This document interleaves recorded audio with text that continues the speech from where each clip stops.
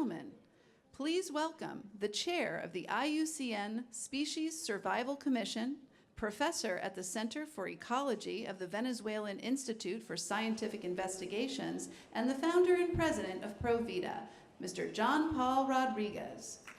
Thank you.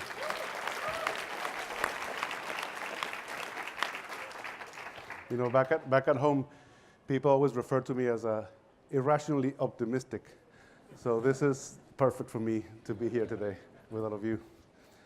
So welcome to Species and Spaces. We're going to celebrate conservation success today. This session brings together a fantastic group of speakers who've made a difference in the conservation of plants, animals, and the spaces where they live in. They teach us that saving nature is possible if we put our minds and our efforts to it. I'm very, very happy that you can all join us today. What we're going to do is a series of short presentations followed by question and answer periods and micro interviews interspersed to make it more dynamic and interesting. So without any more waiting time, please welcome Enric Sala, National Geographic Explorer in Residence and founder and executive director of Pristine Seas. Thank you.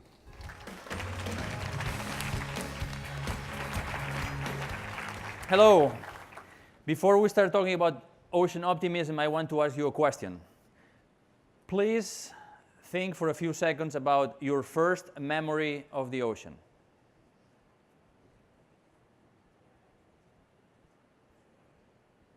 First time you went to the beach when you were kids with your parents, maybe. For how many of you that was a pleasant, memorable experience? Raise your hands.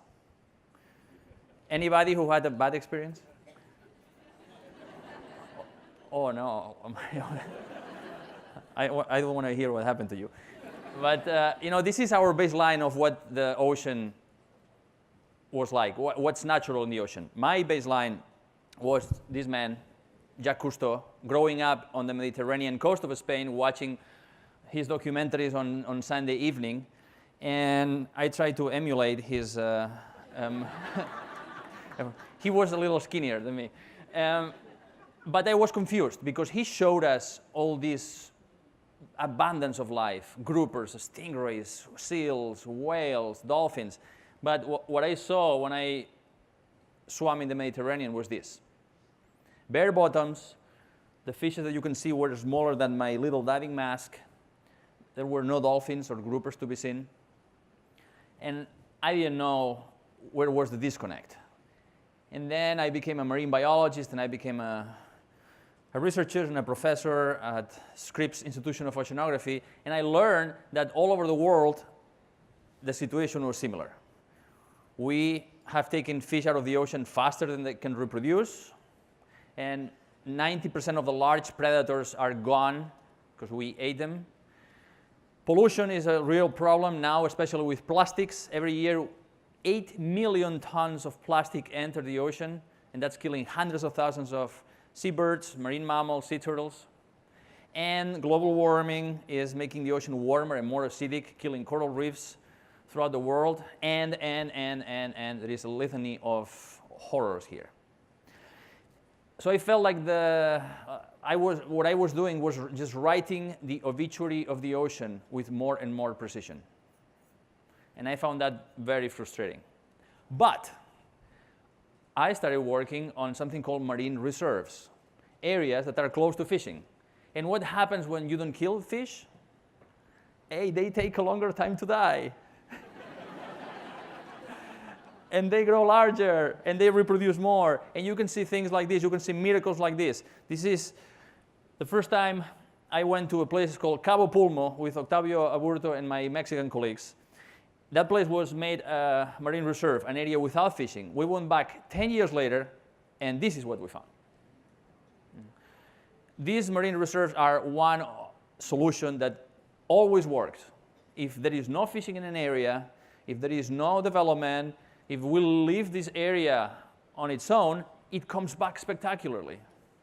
On average, the abundance of fish inside the marine reserve is 5 times greater than in the unprotected areas nearby.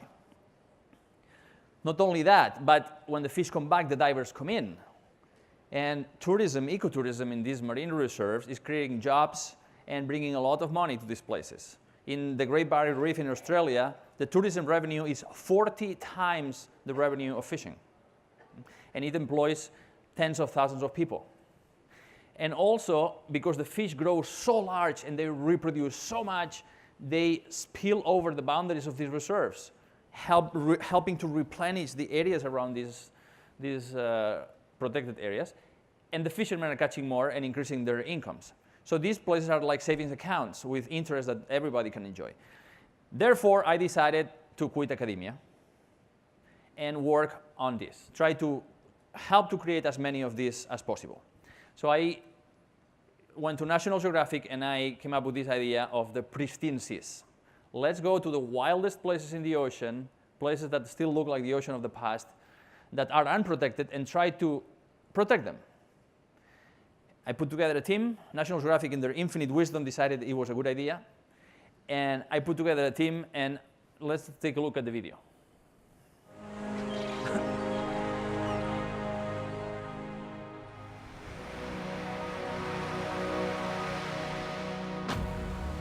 We are defined by the environments that we live in. When they say, where do you come? The first thing that comes to my mind is the reef, the forest, the corals. Maybe that's who I am. The moment I set my eyes on these remote islands, I know why we're here.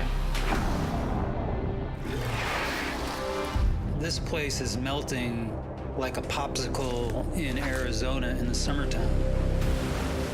The big fish are gone. They have been fished out. And it only takes a few fishing boats, and they can remove hundreds of years of biomass in just a very short period of time. After 10 years as a professor, I realized that I was just writing the obituary of the ocean. I quit academia and assembled a team to do something about it. I want to show to the world what the ocean was like hundreds of years ago and why we have to preserve them.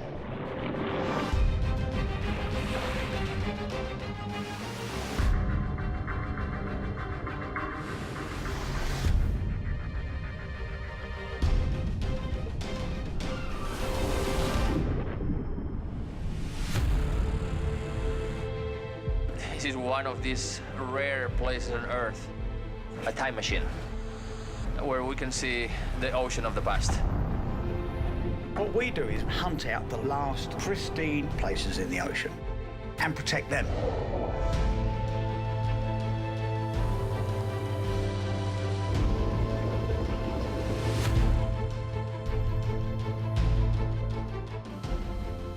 The ocean has amazing regenerative power. We just need to let it heal itself.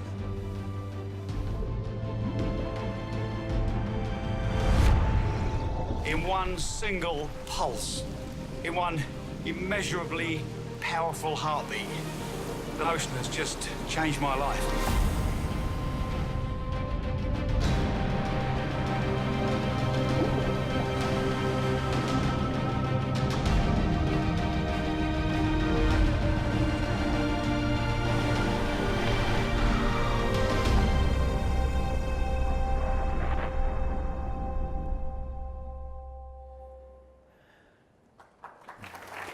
Thanks. So this is what we've been doing in the last 8 years. We have partnered with some organizations represented in this room and local governments, and we have conducted expeditions to the most remote places in the ocean, places that are still relatively unfished or untouched, and used a combination of research with science to show how pristine these places are and why it's so important to protect them, and economic research showing what are the benefits of protection rather than overexploitation. And then media. We've produced films and magazine articles, lots of social media. So we have played with the emotional and the rational to try to inspire country leaders to protect these places in very large national parks. And we've been very lucky to work with visionary leaders that have created 13 of the largest marine reserves in the world in the last 8 years. The green areas are areas that are already protected. The blue areas are areas that are not protected yet, but We are very confident that they are going to be protected before 2020.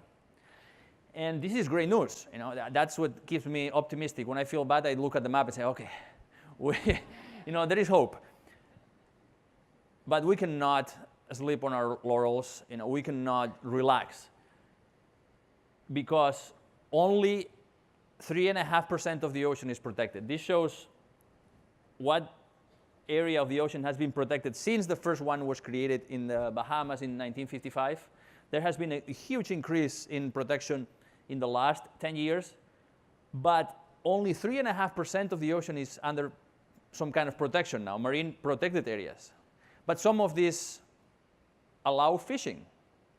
They don't work to restore marine life like these no-take marine reserves. And right now, less than 2% of the ocean, 1.6% of the ocean is in fully protected areas. The goal of the United Nations, the target by 2020, is 10% of the ocean protected. We wish that 10% was in no-take areas, because these are the areas that truly bring back marine life and have benefits beyond their boundaries.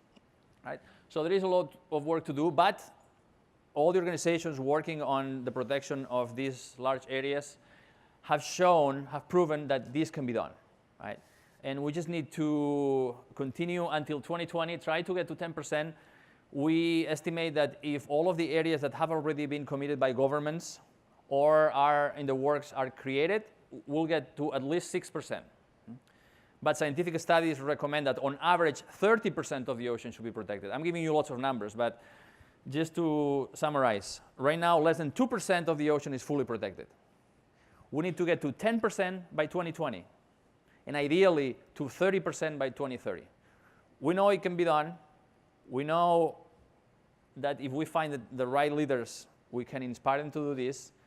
So let's keep working and make sure that we will not only preserve these wild places in the ocean that are the only baselines left for what's natural in the ocean, but also to bring back all of these other areas that have been degraded. As that example in Cabo Pulmo showed, we can bring back places that are dead.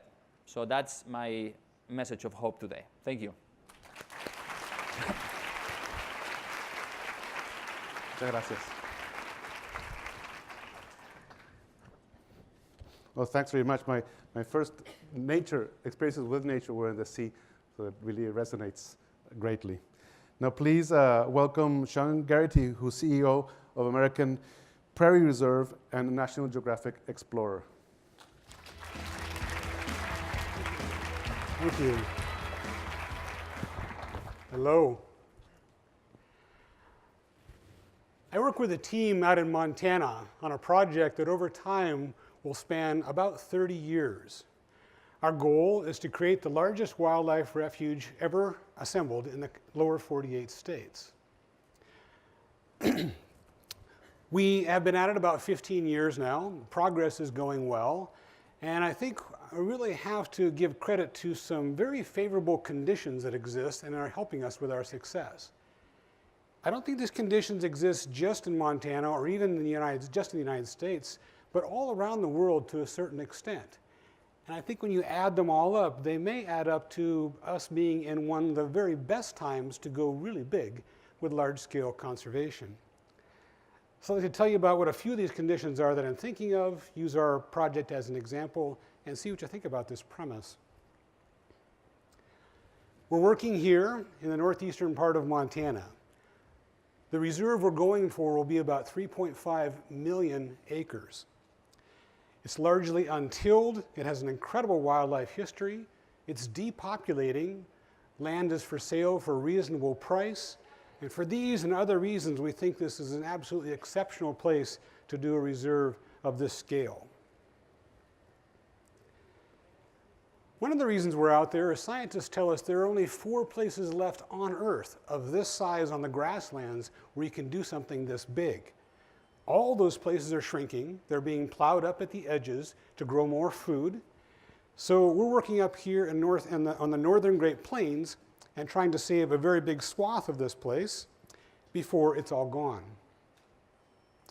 Another reason to do it is when we had our golden age of park building here in the United States from about 1870 to about 1950. We stopped with Grand Teton when it became very difficult to do anymore. We miss the grasslands.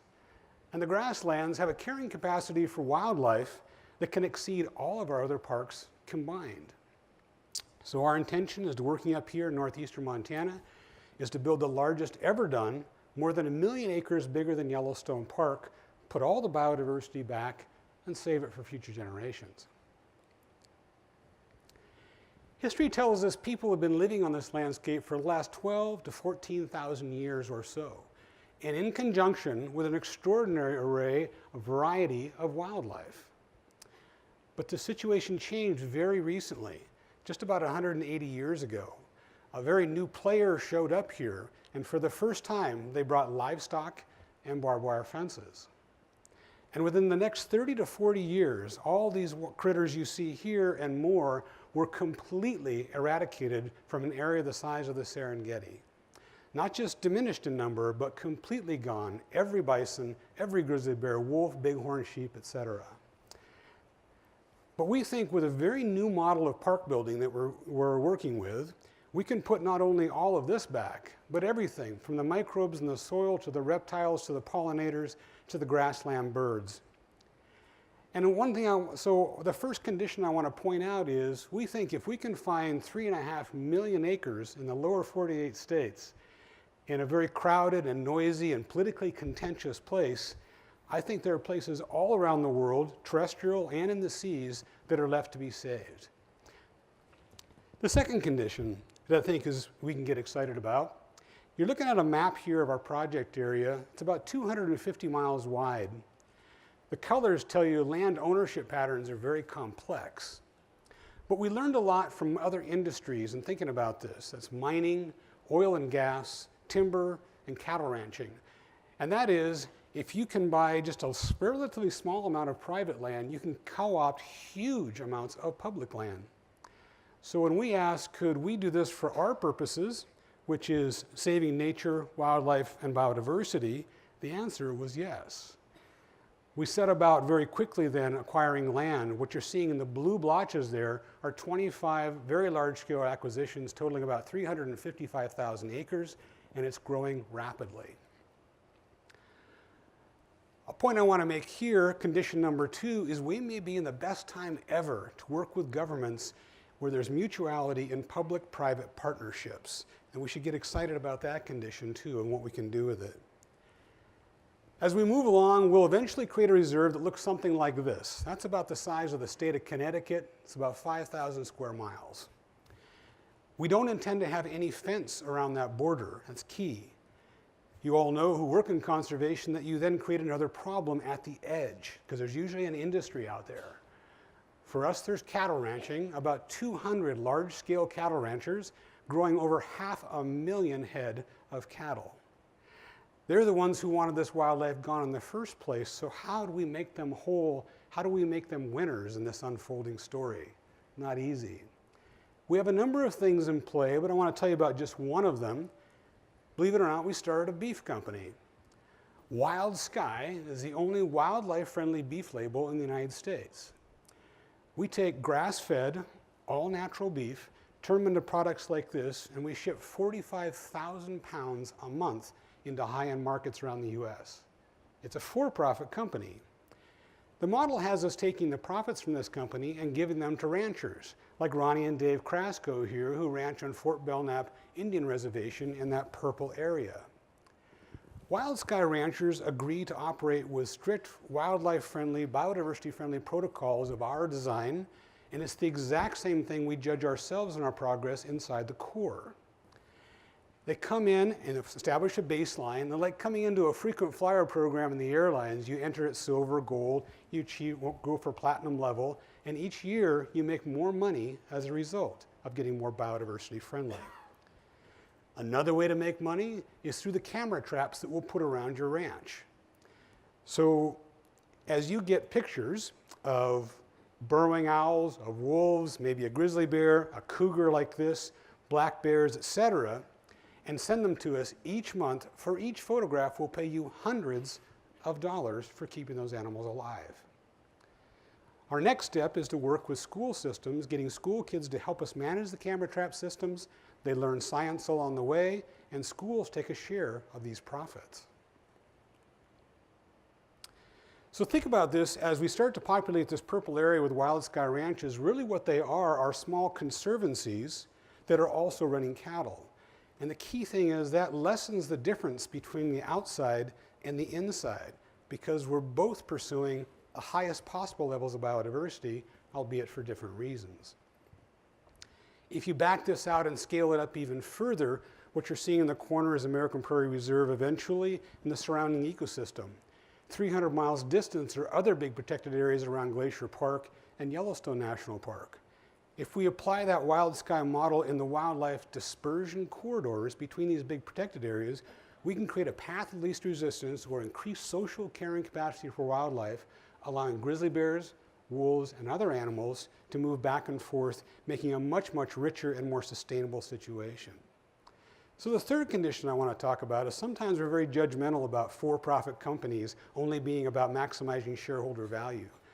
But if we think about it, we can creatively kind of swirl them together and think more about what if we could make for-profits be the engine driving our conservation visions. We read a lot of books at APR. I make people read books and articles. Most of them they like. This is one of my favorites, Steal Like an Artist. The concept here is no artist is 100% original. We take ideas from our contemporaries, we look back hundreds of years, take the best of things, mix them with our own style, and go forward with our customized persona of who we are. I think conservationists, as conservationists, we can do more of this ourselves, get out of our own problem-solving silos. Here's some examples. Wild sky was not our original idea. I learned this on a trip to Namibia, talking with Lori Marker of the Cheetah Conservation Fund. She was trying to save cheetahs in a big, huge cattle area. Brought the idea back, thought about it for a couple of years, and we created this for-profit company that I just mentioned. But it was not our idea. Fundraising is really tough. All of you know that, nonstop. We were having a very difficult time getting people to come out and see our very remote area, particularly supporters. So on a trip to Botswana, another area, in a very remote area with Beverly and Derek Jobert, I realized there's camps that are very interesting and can get people to come to remote areas. We came back, thought about it a couple of years, and built what's called Kestrel Camp here on the American Prairie Reserve. And I'll tell you, it never would have occurred to us to build tents with interiors that look like this. But we did, and now supporters say, hey, I can camp like that. And they come more often, and they're very turned on by the way we tour them around with our naturalist guides. One of them here is in the room here today with me. And inspire them firsthand with the magnitude and the romance of this vision that we have for this big reserve. Our fundraising has improved as a result, but those camps was not our idea at all, it was somebody else's. This is a new one I'm working on right now. I've just reached out to Esteban Payan with Panthera. He's in Colombia working on jaguars, and I think he may have solved a problem we have in Montana. In Montana, the cows out in that purple area are not raised to be particularly bright. Some people feel the less thoughts going through a cow's mind, the better. They're easier to handle that way, but when predators come by, they also have no thoughts about that. That leaves them vulnerable. Esteban found a cow, or breed, called the San Martinero cow. They still have a very strong predator reaction trait, and they chase away jaguars, believe it or not. If you can imagine 50 of those saying, I can't stand jaguars. The jaguar says, I feel the hostility, and I'm going to leave. We need some of that with wolves and grizzly bears. We don't want to load cows like this on airplanes, but we can do little bottles of sperm, bring them up, genetically run them into the cows where we are, and hopefully get some of these traits back again, possibly. So with all of these conditions, I've only had time to talk about a few. Just think of these. There's more land, as E.O. Wilson says, let's save half for biodiversity. There's plenty out there, I think, to save half. Governments, I think, are in their best place ever to look at mutuality-based public-private partnerships. If we think differently about for-profits, we can start them ourselves, and our nonprofits own them, and they can help drive our conservation missions. And I gotta believe, because I've experienced this, there's hundreds of people that are smart and sharp like Esteban there around the world, and they have way ahead of us, and they have solutions to our problems that we can bring home and convert to local area problems. So to me, when you think about these conditions, I don't think we're at any sort of a dark ages in large-scale conservation at all. I think, in fact, we might be at the front edge of what we could call a renaissance that might last for a very, very long time. We need to recognize these conditions exist. We need to commit to long-haul projects and stick with it, help each other out a lot, and go out and get big things done. Thank you.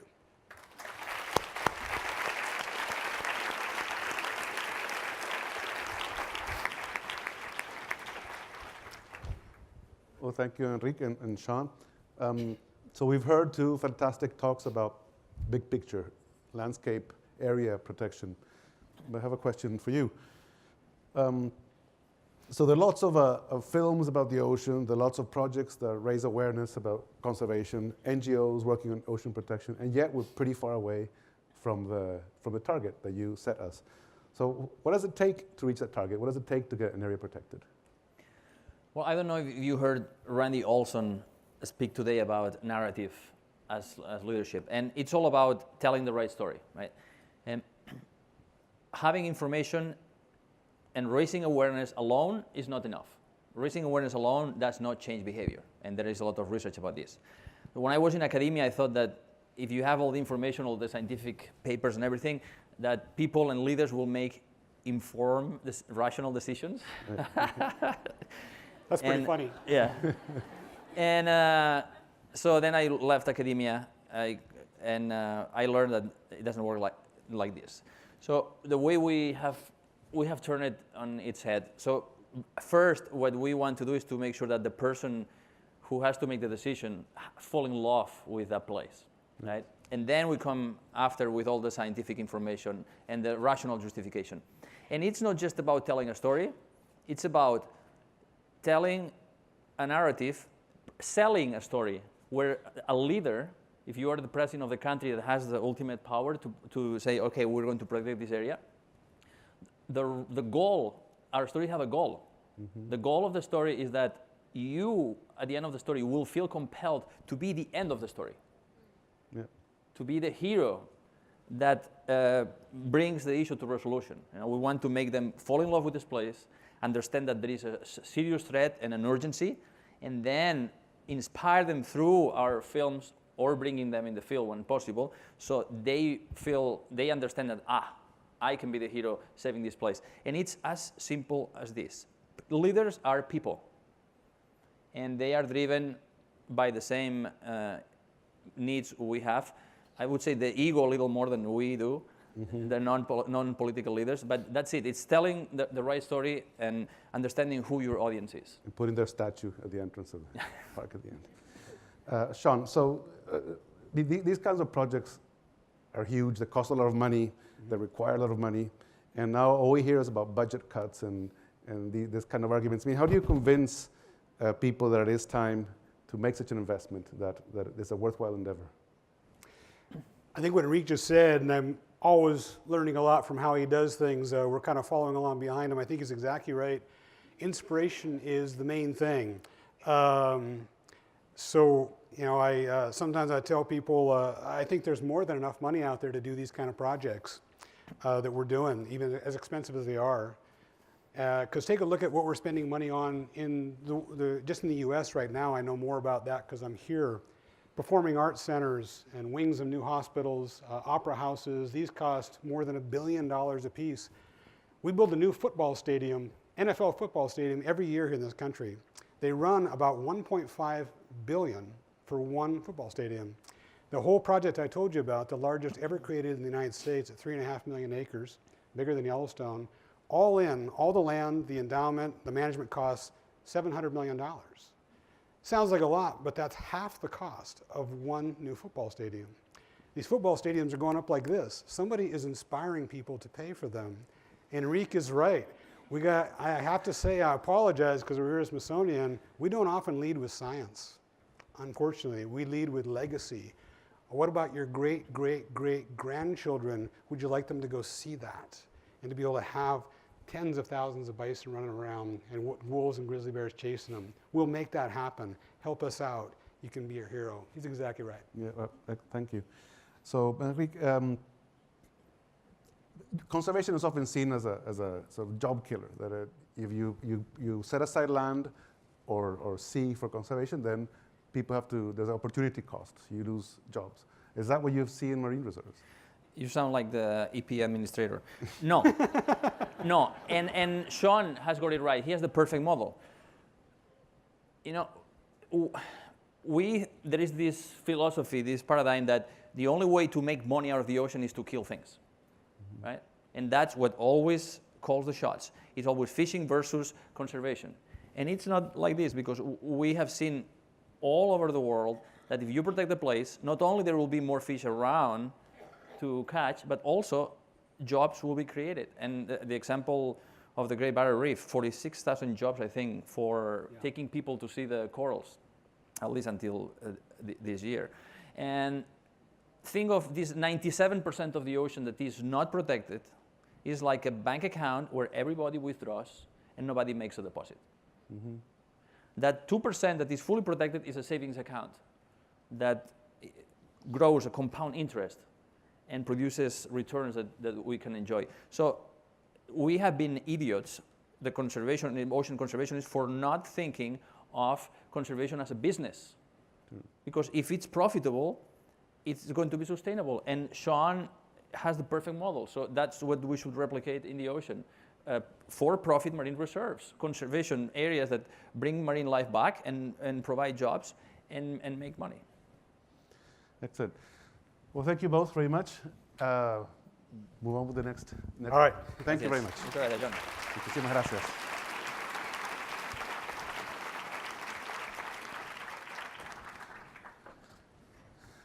Now, we'll please welcome to the stage Matthew Dillon, Director of Agricultural Policy and Programs, Cliff Bar and Company, who will lead the next segment. Thank you. Thank you. I don't know if I'm an irrational optimist, but I'm definitely skeptical of cynics. And I think especially being here, I'm all the more skeptical of cynics. Because the great thing about an event like this, the Smithsonian has put on, is that you get to meet emerging leaders. You get to meet people who are passionate about their ideas and wanting to network and work with others. And I'm lucky today to bring up a couple of folks who I really see as emerging leaders who are working with the Smithsonian. We're going to have up Amy Johnson. She's a research fellow at the Smithsonian Conservation Biology Institute and is working on her PhD at George Mason University. Her research is focused on impacts of grassland management on overwintering bird communities in Virginia. And we also have Dr. Matt Ogburn, who is a marine ecologist at the Smithsonian Environmental Research Center in Edgewater, Maryland. His research focuses on sustainable fisheries and coastal restoration. He's also the co-founder of the Movement of Life Initiative, which we've heard a little bit about today at the Smithsonian Institute. So please welcome up Amy and Matt.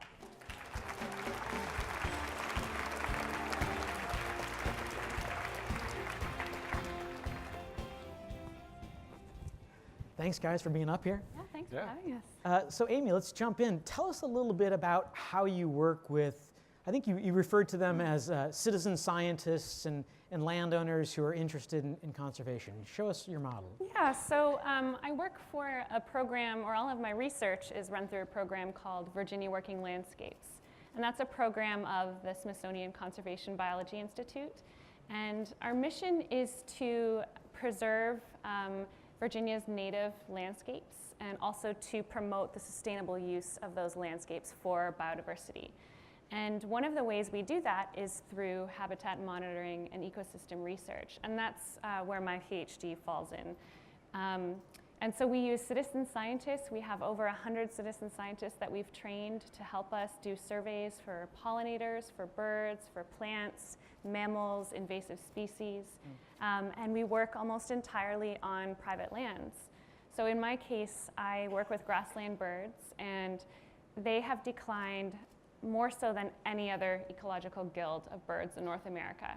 And so for us to be able to study these birds, we have to engage private landowners. More than 80% of their habitat is on private lands. And so through Virginia Working Landscapes, we've been able to work with landowners who have grasslands for hay management, for cattle grazing, for recreation like hunting, and we're able to look at how these different management practices influence the grassland birds. Oh, it's fantastic. And Matt, similar question to you. You know, share with us a little bit of the scope of your work at Chesapeake Bay, and in particular the Movement of Life initiative, and some of the tools you're developing to do conservation movement there. Yeah, sure. My team at the Smithsonian Environmental Research Center spends a lot of time thinking about what places are important to fish, how those fish perceive the world, and where they're going and why. And that's a real challenge. If you're on land, you can stick a satellite tag on something and track it around anywhere, but satellite transmissions don't go through water too well.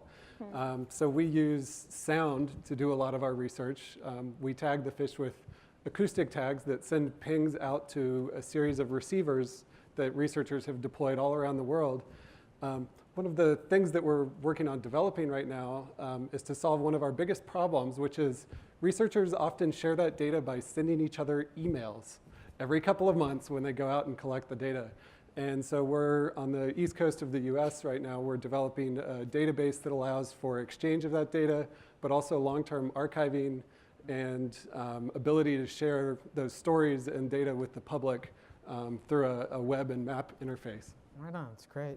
So, this work is hard work, and it's hard, funding is hard, lots of things are hard about it. Amy, what motivates you? And also, I'm interested in what the motivation of some of the landowners that you're working with. What excites you in that way, and what do you see on the horizon for them? For me, I think what motivates me the most is seeing the results of my research being applied on the ground management across the landscape in Virginia. For the landowners, we work with such a variety of people, and they all have different management goals, but I would say as a whole, what probably motivates them the most is each other. We hold several networking events a year so that we can introduce the landowners to each other, and then folks with like-minded interests can meet and talk about the challenges they've had, but also talk about the successes they've had. And this has often resulted in some really great relationships that have influenced change on the landscape. That's fantastic. You mentioned successes. The Chesapeake Bay, I think we've probably all read different information about successes in Chesapeake Bay. There are some. To you, what's the successes you're most excited about? And then what are those next steps, that next horizon of where you want to make new headway? Right.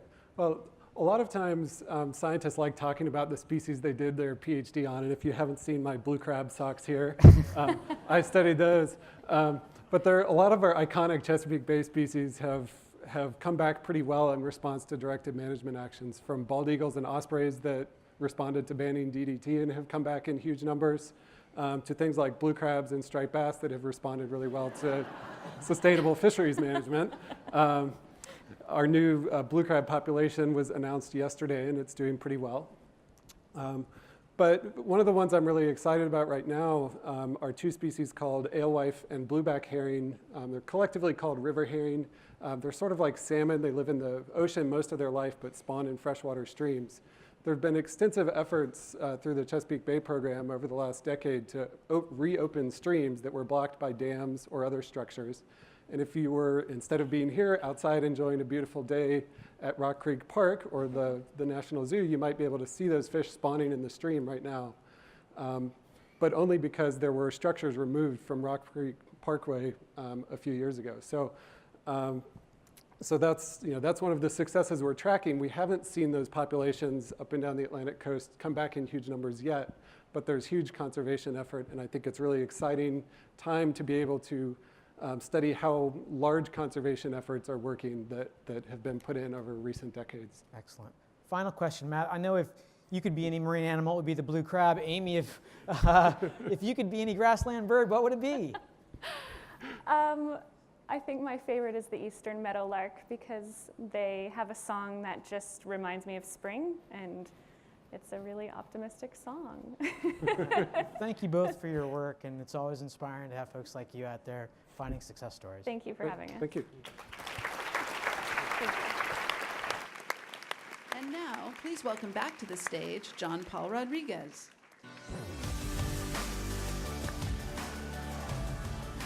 I learned today a new term, the VOG, which is what you heard, the voice of God. So now we know God is a woman. We already knew that, didn't we? Now I'd like to introduce Joe Berger, who's Senior Scientist at Wildlife Conservation Society and the Cox Chair of Conservation Biology at Colorado State University. And I had nothing to do with so many long-haired speakers today. There's that.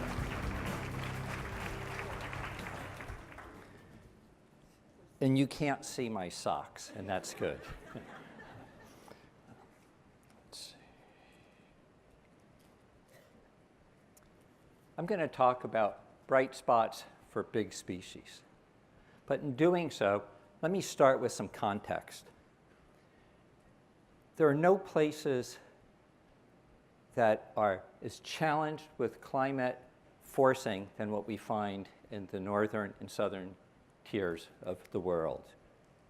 Ice is recessing, species are being impacted, and as you can see in this picture, there's an Inupiat hunt camp trying to find bowhead whales. We know we have challenges.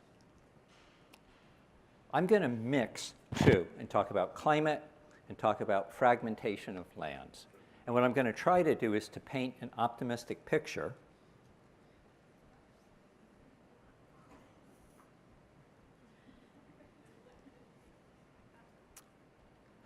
with some stories of hope. And I'm going to bring forth and interact, talk about science, talk about muddy boots, and where the public involvement has helped to make a difference. And I'm going to do this with two different stories. I'm going to talk about cold-adapted species, and I'm going to talk about migratory species. Let's go north, far north, to where the two continents had connected. It's an area called Beringia. It's where the first people entered North America by land. And if we look a little bit closer, you can see where the polar ice has moved north of the yellow line that is scripted there. And I'll draw your attention to an area in Beringia called Wrangel Island. Maybe. Wrangel Island. With ice recession, there are more polar bears on land. This is not a talk about polar bears. This is a talk, this first vignette is about the interactions in a novel predator-prey system. And so we're going to focus not necessarily on polar bears per se, but we're going to talk instead about the largest land mammal of the polar zones, muskoxen. And muskoxen, wherever they've been studied, whether we're talking about Greenland, whether we're talking about the high Canadian islands, whether we're talking about the American Arctic, or whether we're talking about the Russian Arctic, are always in these defensive herds. They don't run like caribou from predators. What they do is they stand tight. In these areas, just like in all places, babies can be vulnerable. But what muskox do is they protect them with a herd structure.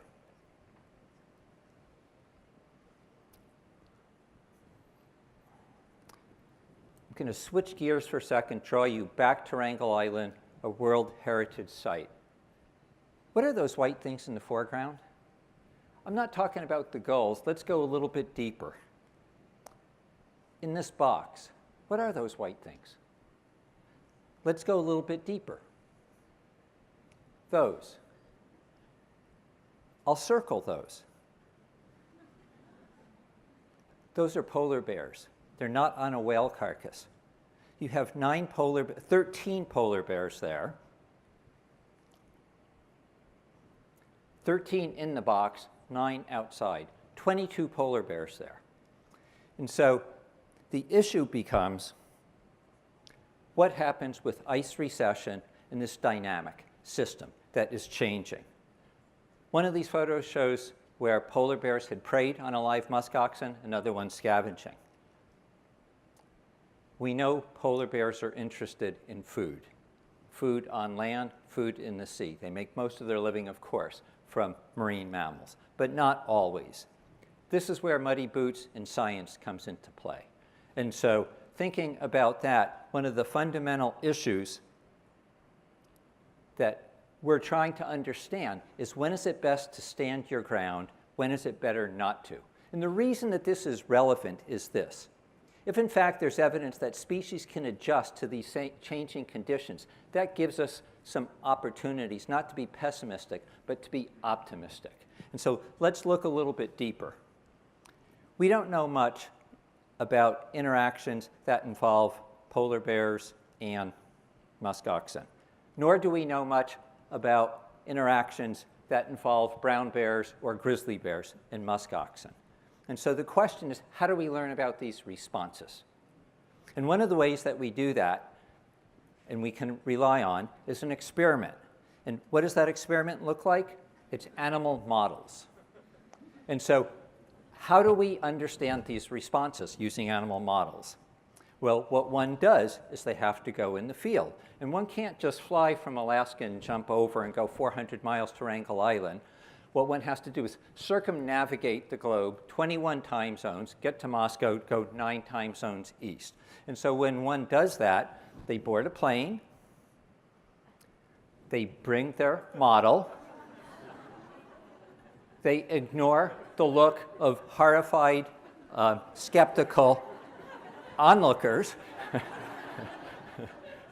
They take a couple of helicopters and arrive to work in Russia. Immediately, they're assigned a new home, starry nights, good coffee, a little bit cold, dig out their snow machine, and go look for animals. And when they do that, they see black dots. And if you're a biologist and work in the Arctic, black dots are as exciting as if you're a snow leopard biologist and you see a snow leopard. So what do? We collect real data, not fake data, real data. We look through the eyes of the costume, the real costume. We get inside the minds of a muskox, and muskox do have minds, and we find that they flee from a fake polar bear. Okay, that's important. We'll come back to that. They flee from a fake polar bear. We do the same thing in Alaska as we've done for the last 9 years. This is Freddie Goodhope, with whom I've worked that entire time. And we do this with a grizzly bear. And unlike Wrangel Island, where the animals run, in Alaska, they don't run. And so can they adapt to a new predator? So just to sum up this part, they flee on Wrangel from polar bears, but they stand their ground in Alaska. What this follows, or I guess generates a question, the why question. We know polar bears are bad at dissipating heat. We know grizzly bears can run up to 3 miles. And so we have a situation here where we've investigated, found remarkable flexibility in the behavior across a geographical realm. And this gives us some positivity, not just from a scientific perspective, but from the perspective of local people. I'm going to change gears and talk about long-distance migration. And I'm going to talk about it in a country that's the 3rd most populous in the world. And I'm going to talk about not just muddy boots, not just the science, but now involve people into the equation and talk about building from the bottom up, but working from the top down. Pronghorn have spectacularly long migrations. Pronghorn move up to 400 miles. That would be round trip. That's the distance from DC to about Boston. They occur in 14 national parks. Not one of those national parks is large enough to contain pronghorn as they move and migrate. Grand Teton is one of these. They migrate up to 200 miles one way to avoid deep snow. They go through what's called the Red Hills bottleneck. Every animal in the population moves through a 200-meter wide box. They cross trails. Our goal has been to protect this corridor. Between Tierra del Fuego and Canada, there's not a single land mammal that moves as far as the pronghorn in the backyard of Western America. How do we do this? We generate scientific data. We deal with complex jurisdictional combatants, agencies that have different missions, but we also deal with the hallmark of being an American, and that's private lands. What we do is build support working locally. We've given a moniker to this, so there's a place and a process, path of the pronghorn. Science, we know, is just a small component, a small but necessary component, and so we publish our work. This gets us to the table, where we can interact with managers and decision makers. We work at a national scale, including with some of the people in this room, Smithsonian and Nat Geo. We've put out op-eds in timely periods and in important places. We've worked with the business community. We've worked with chambers of commerce and county governance. We've garnered external support. And we interact at a very, very local scale, as well as with the then governor of Wyoming. We've had support letters from 3 different agencies, and we've been told that the letters are largely symbolic. And so what's a symbol? And what do we get from symbols? We know they're potent. We know that they tell us about our heritage and our culture and about opportunity and about horror. We know they give us hope. This was the first wolf reintroduced into Yellowstone in the 1990s. In 2008, Path of the Pronghorn became the nation's first and still only protected federal corridor. It was announced by then Secretary of Interior Dirk Kempthorne, a bipartisan effort under the George W. Bush administration. We know there are reasons for optimism. Agencies can work together despite different missions. People can work from the bottom up and the top down. If in fact it's possible to do this in Wyoming, why can't we do this in additional parts of the world? Of course, we can. What I've tried to do today is to offer some bright spots for big species. I've talked about the role of science in understanding animals, because that's the first way we go about doing conservation. But then I've also talked about some of the challenges, but some of the victories. And I'm very pleased to be here. Thanks.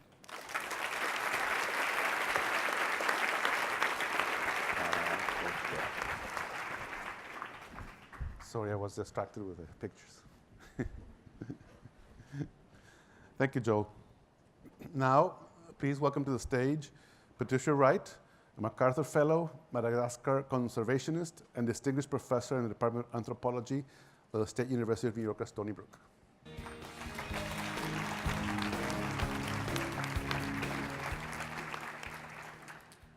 Now we're going to take a trip a little farther south and a lot warmer. We're going to go to Madagascar. It's more than just a movie. It's a real pleasure to be here today in the Earth Optimum Summit.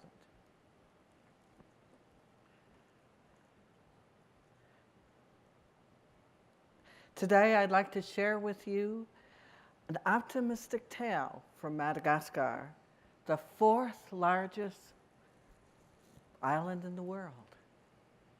An island isolated for 150 million years.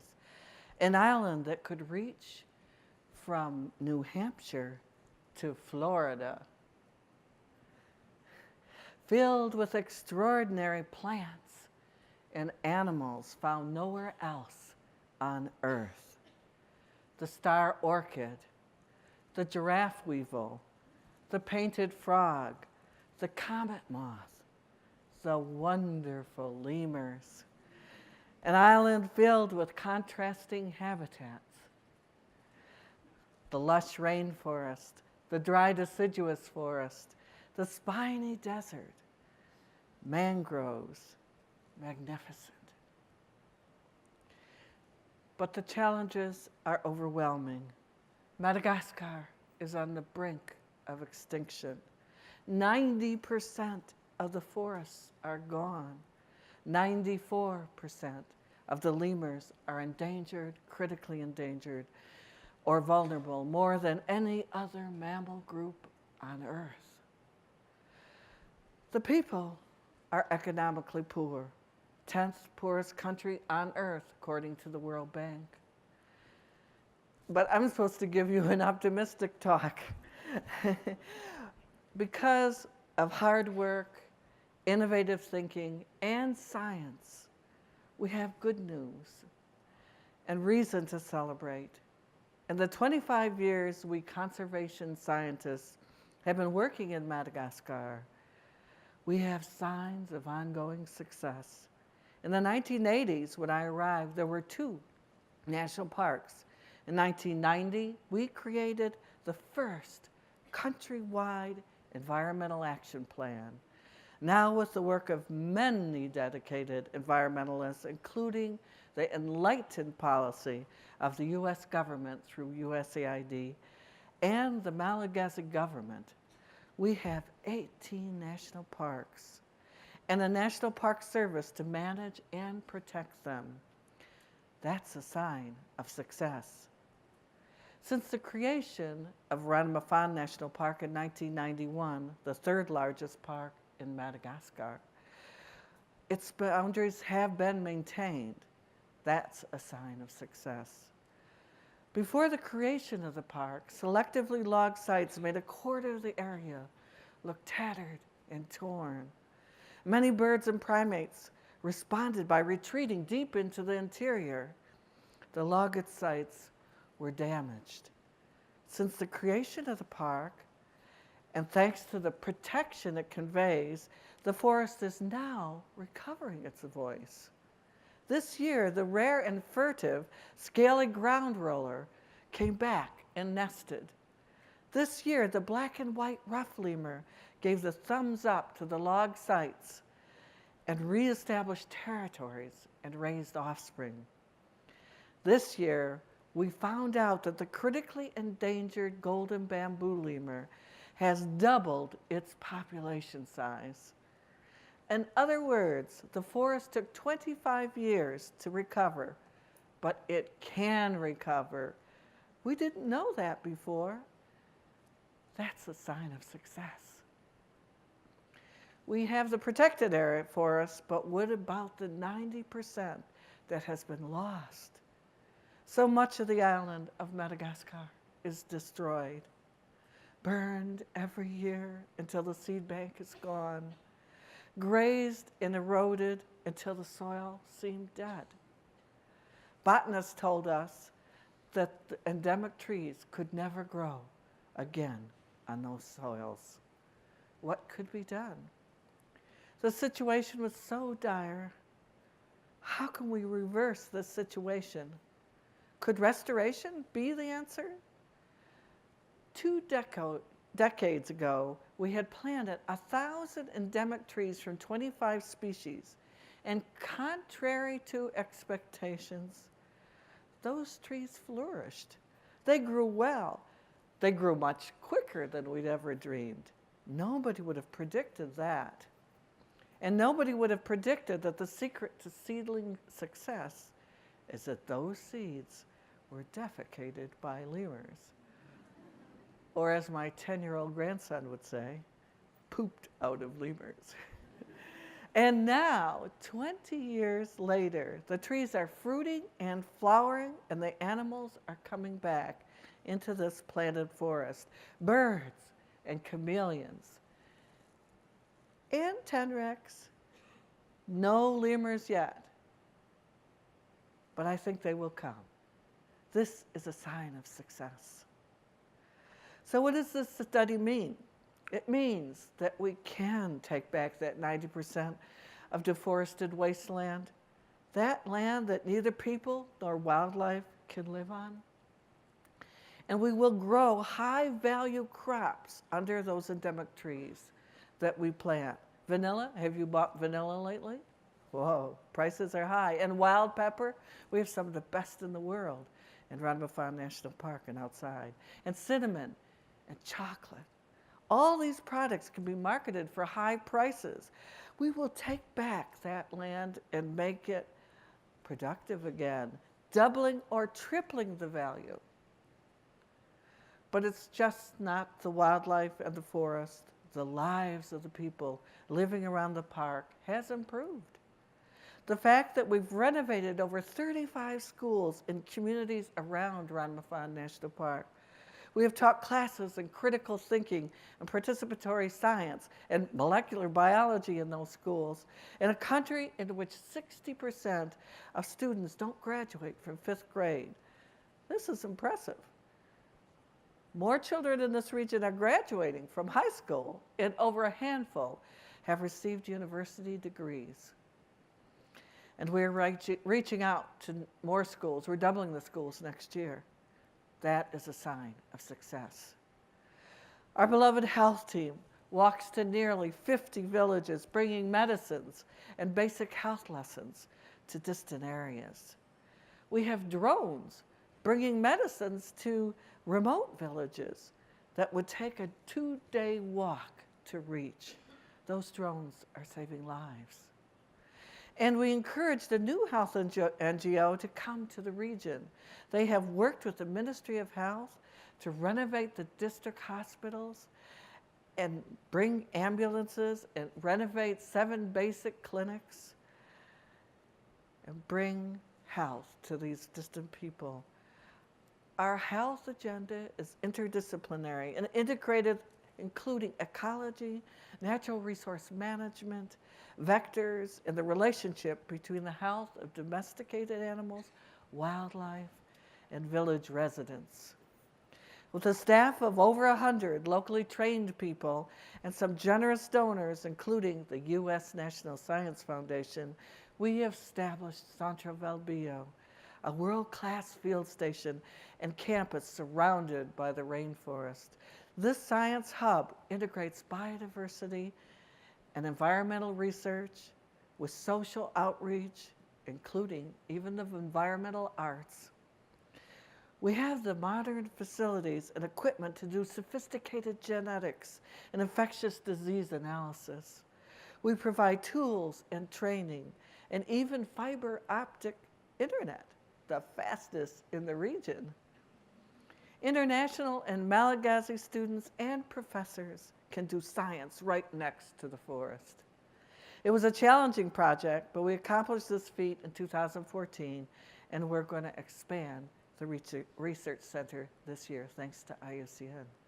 We are enabling Malagasy scientists to be able to do sophisticated modern science right in their own country, and that is a huge sign of success.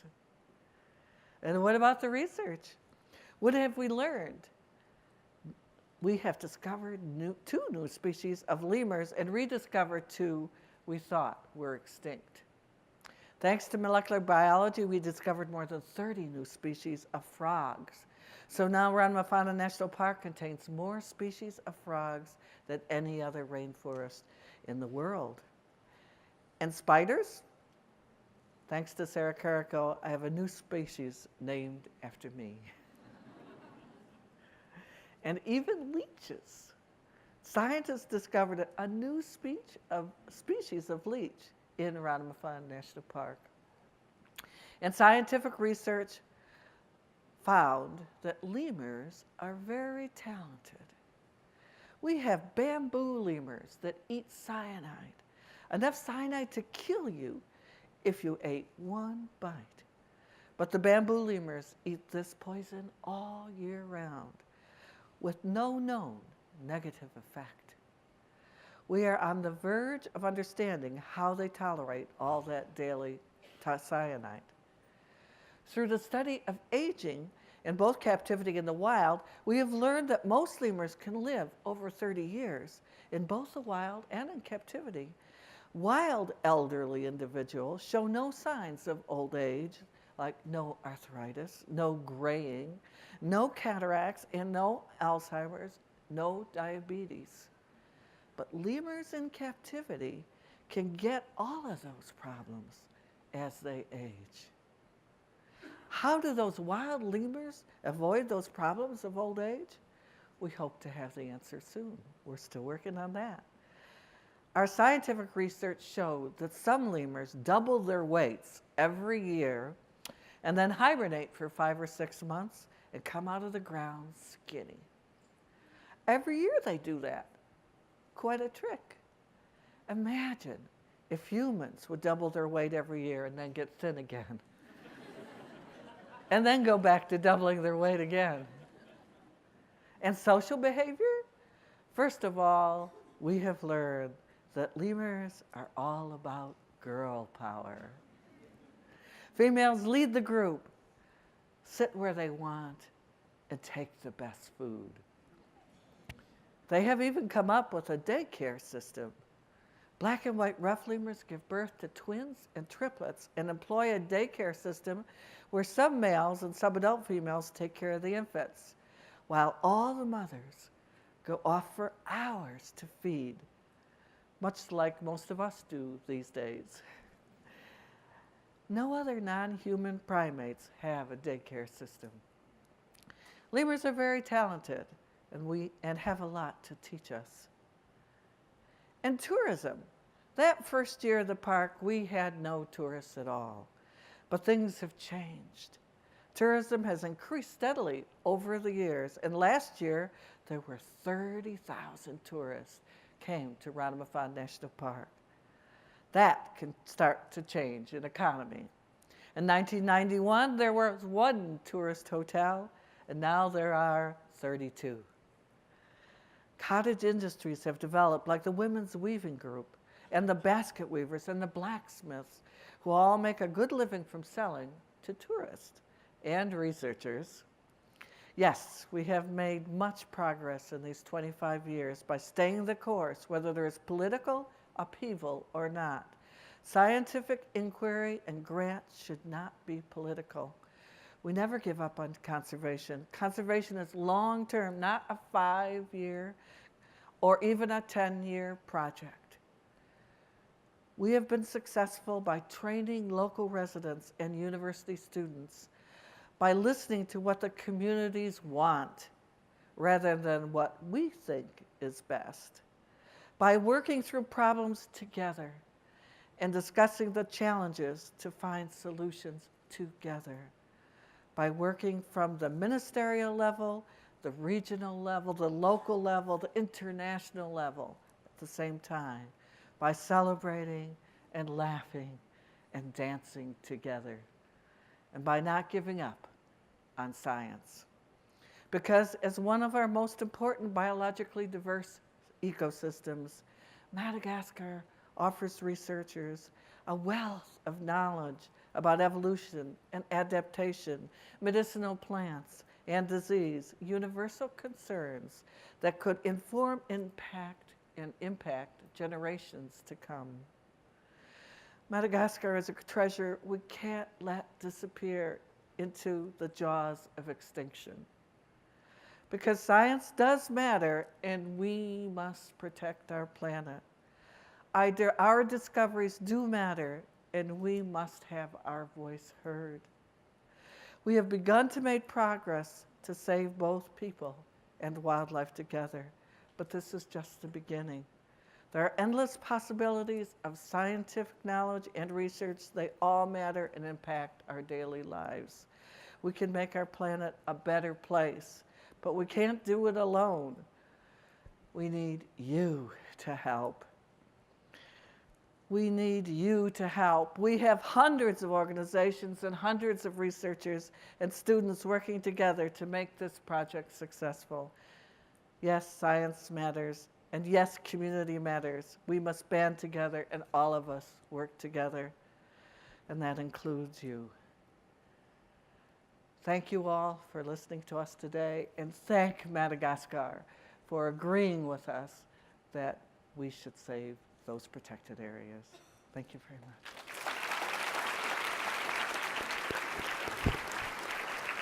Thank you. You know, Joe, last time that I saw you talk, I think it was a few years ago, you were dressed as a moose, I think was the other research project. I wonder, you know, multiple personalities, some people have personalities, you have multiple animals. So you've stressed us that we have to understand and study the animals across varying landscapes, and that gives you reason to be optimistic, but are there any other scenarios different from the ones you presented, which these kind of ideas are also applicable? They also make you feel hopeful. Yeah, that moose thing was 20 years ago. Nothing has happened since except today. You've done therapy since, yeah. Okay, more seriously. So there's a small rabbit-like animal that occurs in North America, pretty much from New Mexico on up into Alaska. And they're called pikas. And pikas are clearly feeling the stress. They're an alpine-like animal. And a number of populations have gone extinct. So a couple of years ago, there was a petition to the U.S. Fish and Wildlife Service to list pikas because they were going to be climate challenged. Now, if anybody in the audience has spent time in Portland or driven through the Columbia River Gorge, what we know is that there are pikas there, virtually sea level. Temperatures in the summer along the lava flows hit almost 95 to 105 degrees. Pikas go into tubules. Pikas weren't known to do that. What we have is a very large range of variation. And I want to be careful because scientists, I think, need to be honest information brokers and not always talking doom and gloom, but talk about possibility.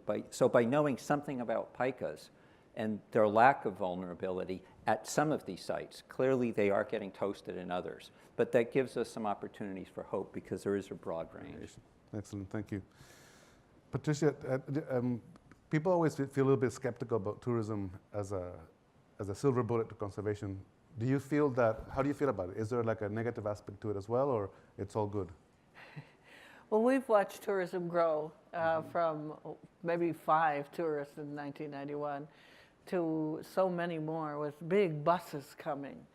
And suddenly we were noticing terrible wear and tear on the trails. And the lemurs, well, lemurs weren't running away, but they were pretty high up in the forest when the tourists were there. So I think it's important that we manage tourism and be thinking about the animals as well as the people that are watching them. So our answer to the tourist problem was to diversify where the trails were. And so we set up a whole new set of trails for tourists to go on, so we could divide up the tourists into different areas, so they weren't having such a stress on the lemurs. But I think we all have to be careful of tourism. And although I did really like that, wasn't it Sean that had those new tourist places, those beautiful cabins that he set up? Yeah, those tents, right, those tents. Yes. I think we have to be very careful about big hotels coming in. I mean, all the hotels we have, those 32 hotels, are locally run and locally owned. So I think we have to, you just can't walk into a new protected area without thinking about what the effect of the tourists will be. Just wanted to ask you one last question, because living in Venezuela, we always encounter the problem of genetic analyses and taking them across borders and permits, and I see that you have that challenge as well. How do you see this being, how do you see solving this in the future? I mean, what's the way out of having to move genetic samples out of country? Yes, well, that's one of the reasons we established the Center for Biology Research Station. And I think we should have more research stations going on in the southern hemisphere and near some of where these biodiversity-rich places are. If you teach local people, they can do their own molecular genetics and get those papers out. If they have no kind of materials and equipment, then they can't. They have to come here to be trained. So, and the samples, of course, are very difficult to bring out and bring them in here. So my solution for that is to build those research stations there. And research stations attract researchers. And we had a science paper out that said that researchers are very important in to actually conservation. Great. Well, thank you so much.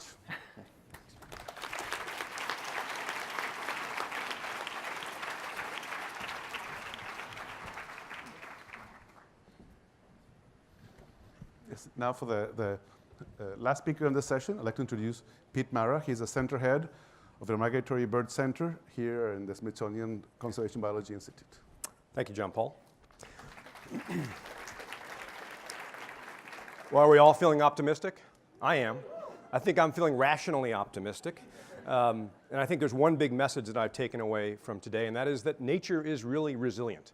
Given a chance, nature rebounds. We've seen that in just all the stories we've just seen. We've seen it over and over again today, which is a really important message that we need to continue to promote in everything that we do. And it's the kind of thing that keeps me going.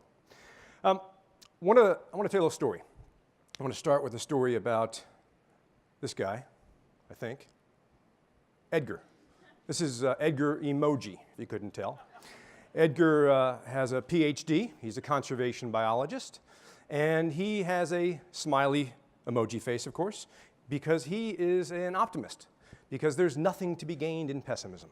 There's only things to be gained in being optimistic. I feel that strongly, and I know Edgar does as well.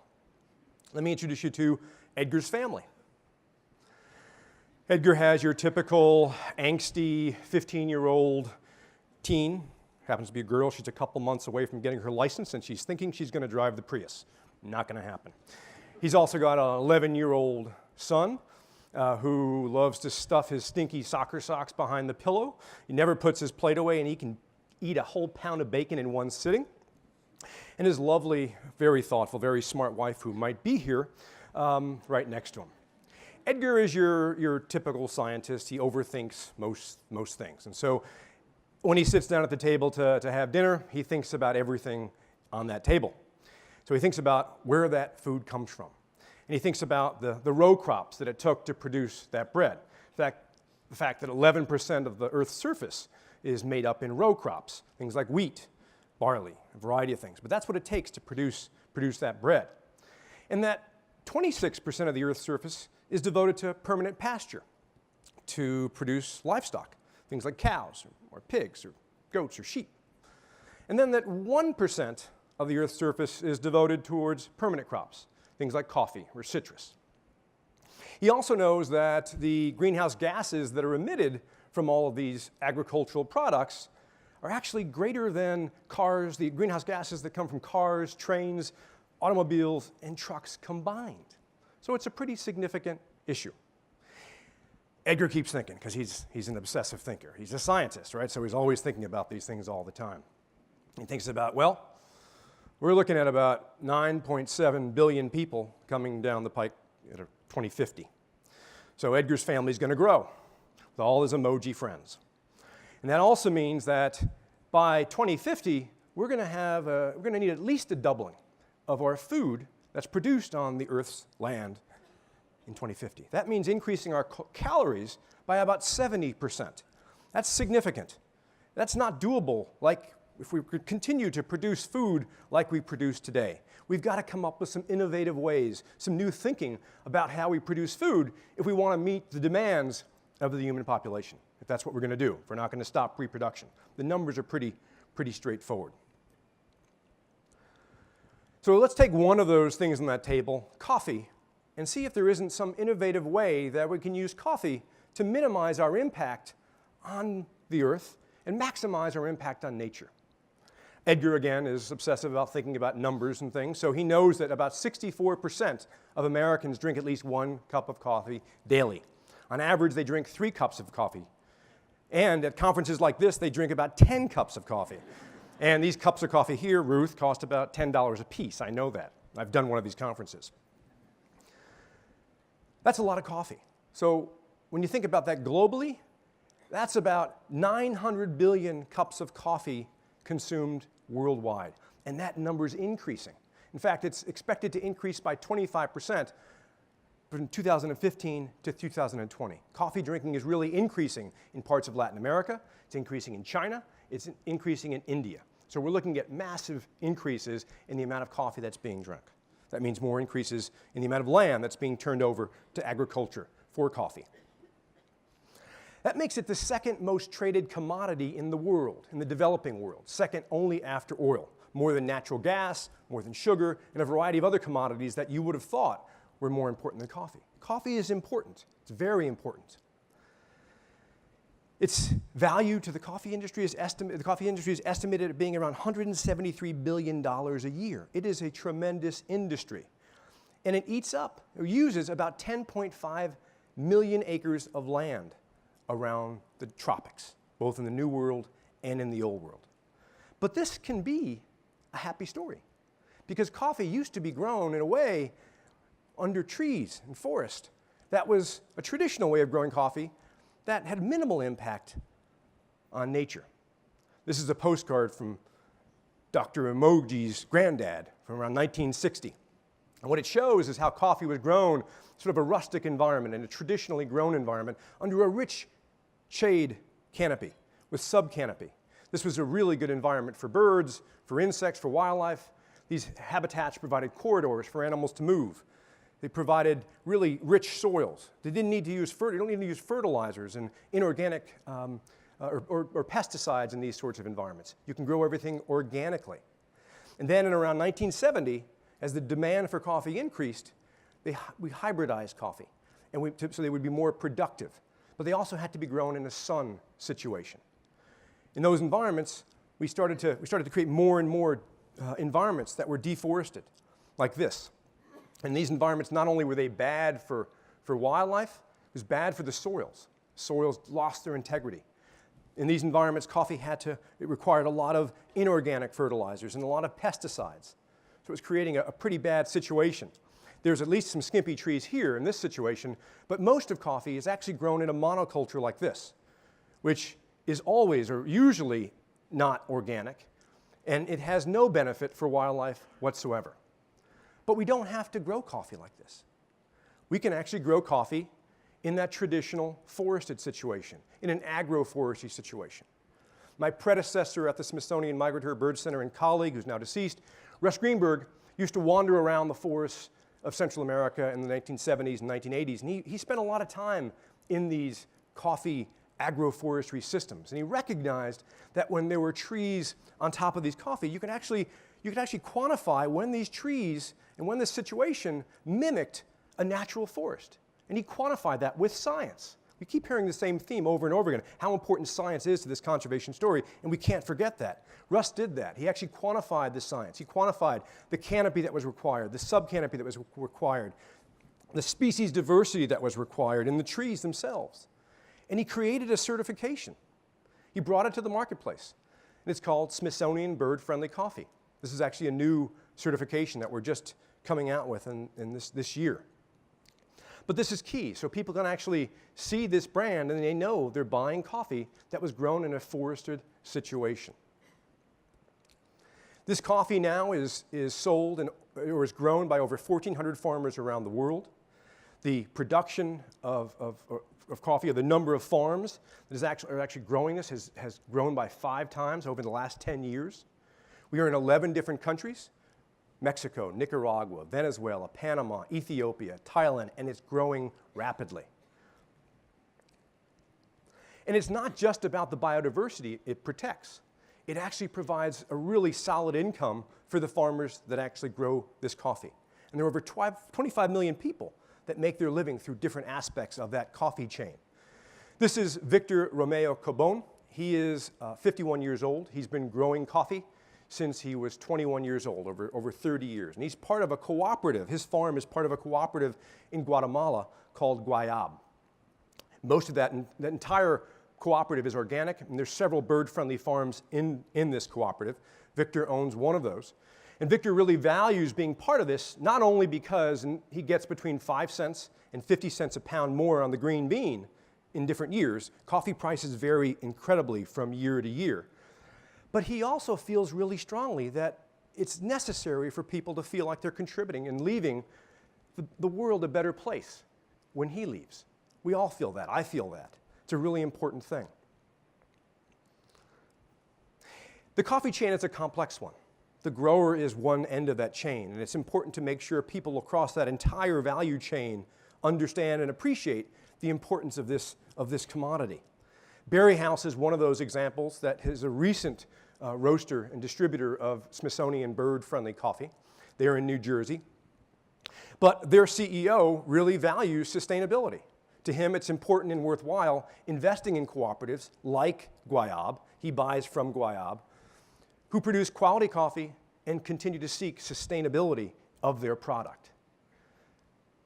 They've now taken Smithsonian bird-friendly coffee and not only roast it and produce it for regular outlets, but they've now created a recyclable K-cup, which in itself is a unique thing, because most K-cups are plastic and are horrible. Do not buy plastic K-cups. But these are recyclable K-cups. They're actually sustainable. So he's taking this product and reaching new markets with our bird-friendly coffee, with our Smithsonian bird-friendly coffee. Not only that, Berry House is going even further, and they're working really directly, not only buying the product from the farmers, but they're going down there and, in this case, donating 2,500 pounds of organic fertilizers back to those farms. So there's this wonderful relationship back and forth between this roaster in New Jersey and this farm down in Guatemala, all these farms in Guatemala. It's wonderful. But again, remember that supply chain. There's the grower, then there's the roaster and the distributor, but there's also this need to create this demand. If we don't have the demand, the links are going to fall apart. We've got to have people here that know what certification means, that know that they've got to buy that if they want to make a difference. And so promoting this and creating marketing opportunities and communicating this importance is really essential. And that's also what we're doing. And so now you can find Berry House, Birds and Beans, Cafe Ibis, Allegra early bird morning coffee, in a variety of places. Places like Whole Foods, Walmart, Nordstrom's, Amazon, and Kroger, and many other places. But that's key. All those pieces of that supply chain and demand are really important for this to be successful. So what's also exciting is that we can now look at this coffee situation and say, this is a model that's working. We're really getting this to work, and it's really starting to grow. And we can take this model and we can apply it to other things, like grapes and vineyards, rice, important for shorebirds and a variety of other things, and cacao forests, chocolate. And by doing this, it's bird-friendly fun for everybody, and it's more reasons to be optimistic. Thank you very much.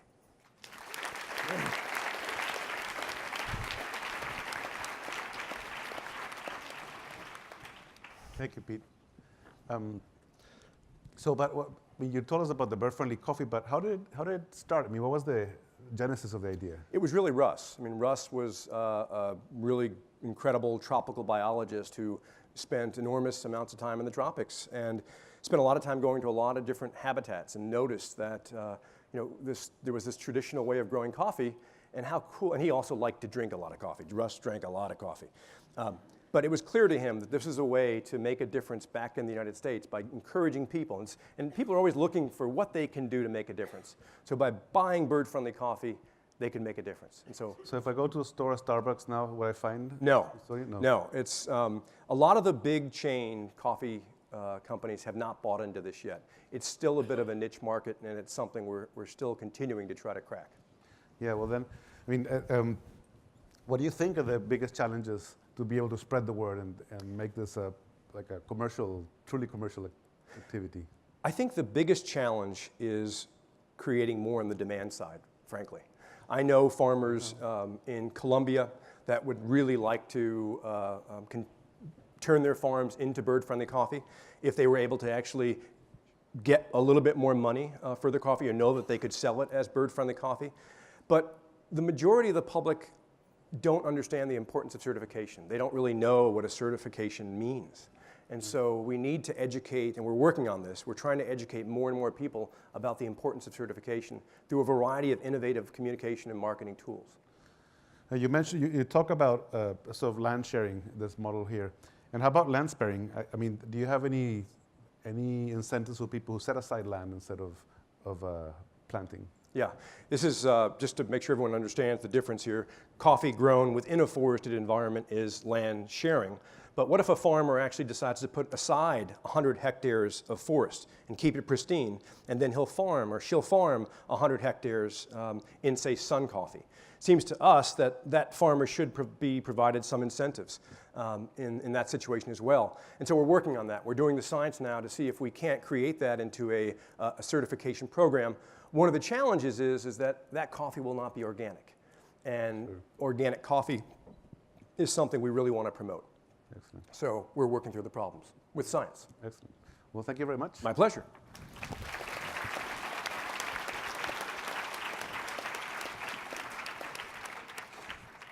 Well, I would like to thank all the speakers, the panel, for a fantastic, inspiring, and optimistic vision of conservation. I also want to thank the technical team and the production and support who really are always behind the scenes and doing lots of things that we don't see but are key for this to happen. And I want to give the final word to John Hoffman. He's Executive Vice President, Documentaries and Specials of Discovery, who has an announcement before closing. There it is. Thank you. Thank you. I just want to acknowledge, Patricia, your great talk, but I have to say that I can't help think about that mouse lemur and my white hair. I'm never going to think about my hair the same way, the cause of my grayness the same way. It gives me great pleasure to invite you all to a cocktail party that Discovery Communications is hosting by the theater. This is preceding the screening of Rancher Farmer Fisherman, which is a film that I had the great privilege to direct, that premiered at the Sundance Film Festival in January. We'll be screening on Discovery on August 31st. This is a film that I spent 3 years making that was inspired by a book being authored at the same time by Miriam Horn, who is part of the Environmental Defense Fund, which tells the story of some unlikely heartland conservationists, which are the working men and women who are the ranchers and the farmers and the fishermen who really, as others have said today, have an incredible understanding of how to steward the land and the water. And it is a solution-oriented film, and it's what drew me to make the film. And I want to acknowledge this conference. I don't know that I've ever been at anything like this, where all day long we are hearing stories about solutions. And I just want to acknowledge the Smithsonian for putting together something that's called, Earth Optimism. So I think we deserve to give them a round of applause.